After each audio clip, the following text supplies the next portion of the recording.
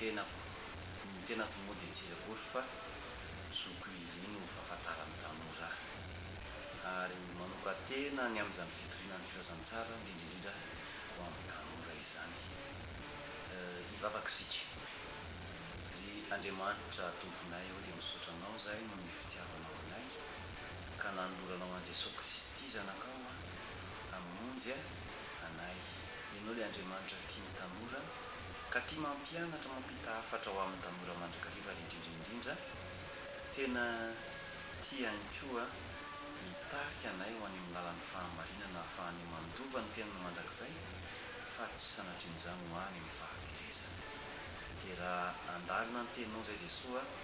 dia no angatahanay fa hitaritarina ny hatrany amin'ny fanahana amin'ny alalan'ny fanahana masina. Sotra raha io. Amen. Ny fandaharantsika moa dia mitondra ny lohateny hoe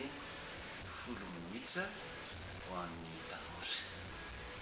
10 minitra ho amin'ny tanora. Ao anatin'izany dia misy lohahevitra maro izay notoniantsika fa notoniantsika androany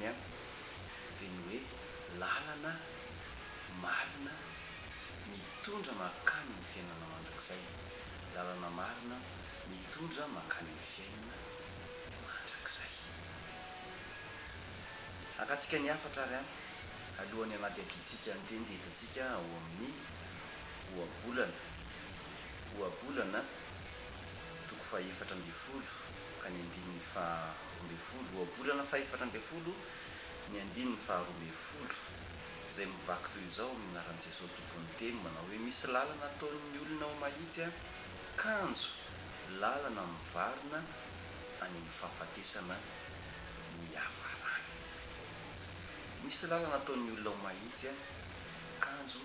lalana mivarina ny fahafatesana ny hafarana. Isika tanora no tiako iantefan'izany teny izany amin'izao fotoana izao satria 10 minitra ho an'ny tanora izy ity. Raha makasary an-tsaina isika dia izao ny zavatra mitranga. Andriamanitra tamina aran'izao tontolo izao indrindra teo amina nomezana an'i Jesosy Kristy zanany natokana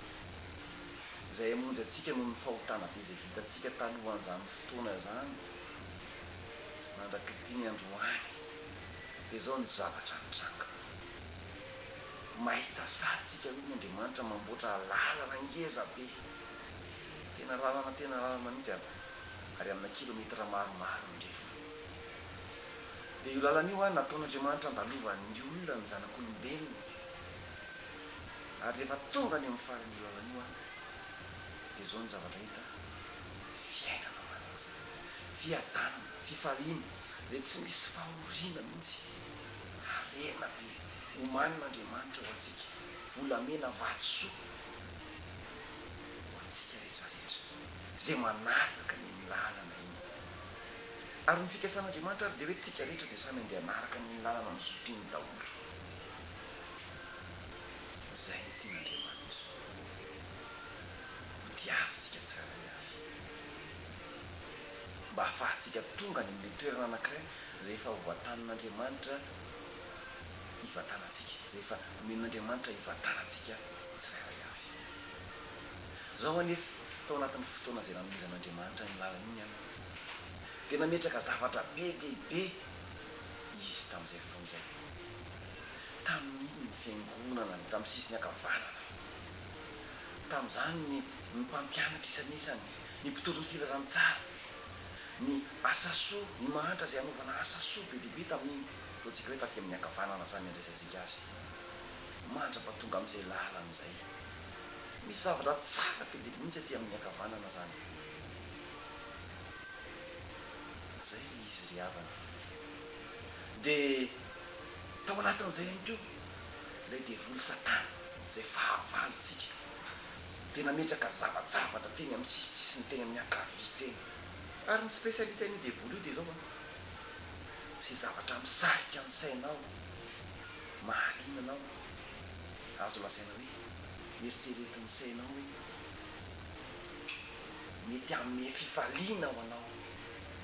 Zay ny tedavina. Ary be lehibe ny tanora ankehitriny no tena mahita an'izany dia roboka ao anatin'izany kanefa dia fakapanahy be io dia napetraka satana ary a ny vandribandrika teny amin'ny akavita ao anatin'io lalana iny a nametraka zavatra be dehibe izy mahasarika ny tanora napetra ny teny amin'ny sisin-dalana teny ny boaty venio ohatra napetra ny teny ny karaoke napetra ny teny amin'ny sisin-dalana teny koa mibara ohatra ary raha ataontsika hoe lehilahy no sarian'le satana ho any amin'ny lalana iny dia vehivavy ny ataony miantso hoe avia na natondy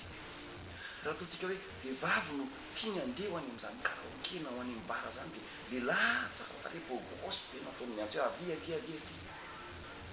dia ho atsika zay mandeha tapa-kevitra andeha aty amin'ny akavanana ka mijery mankaty amin'ny akavia eo ay mahafinaritra be izy zany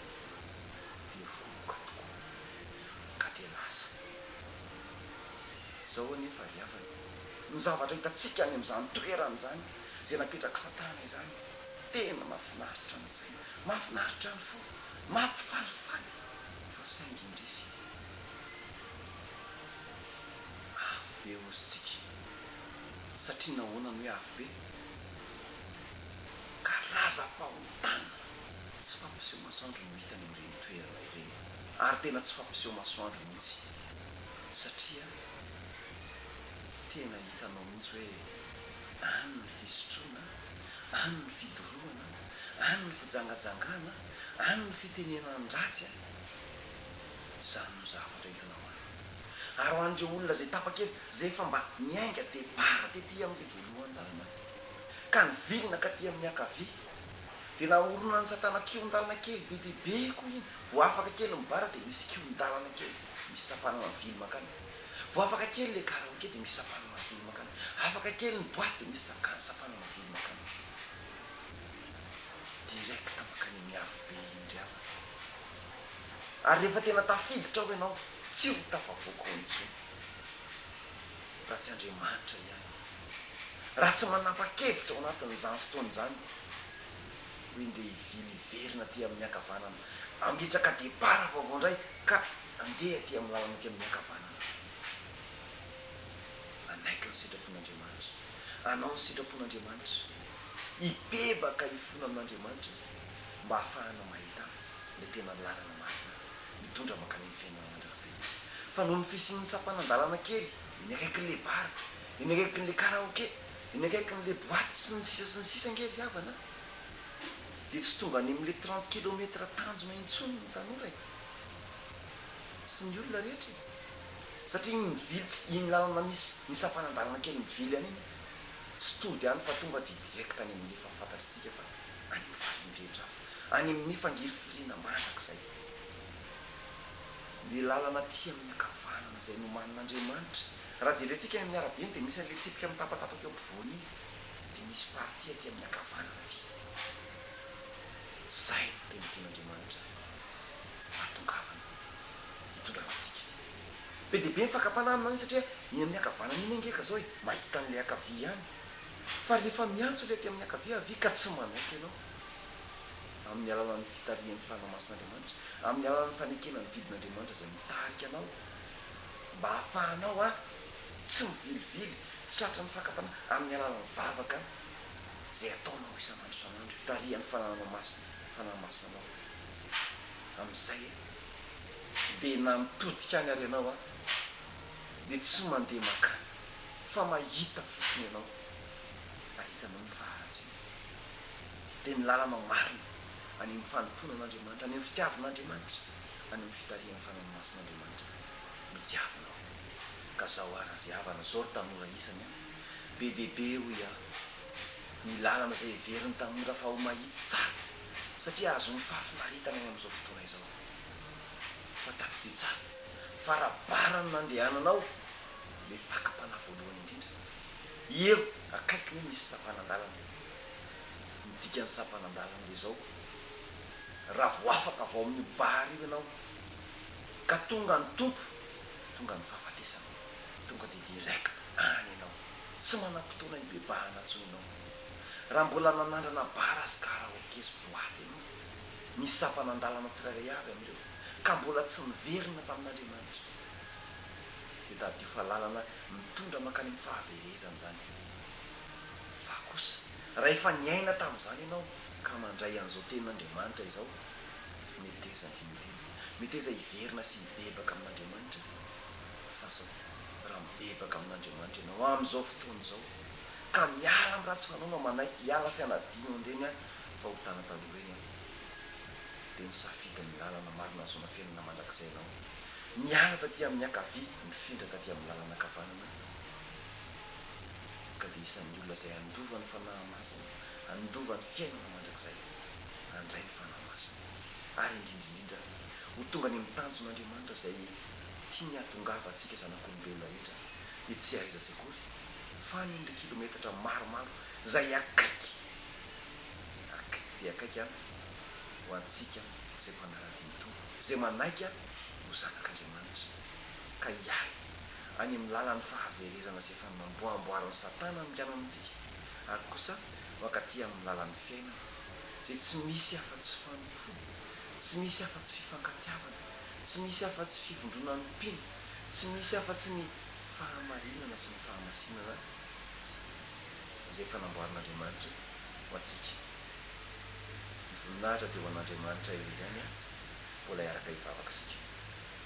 sotra tompono ny fitiavanao ka mbola afaka mifampizara tamin'ny tanora no ray tamin'ny andro lehibe koa mantsy ny lalana izay verina hoe tsara mahafinaritra mampite andeha kanefa ianao Jesosy efa nanamboatra lalana tena mahafinaritra lavitra ary tsy mika izay hoe ny lalana no mahafinaritra fa ny tanjona amin'izany lalana izany dia tena mahafinaritra lavitra ary tsy misy paradisa fiainana mandrakizay fiadanana mihoatra noho izany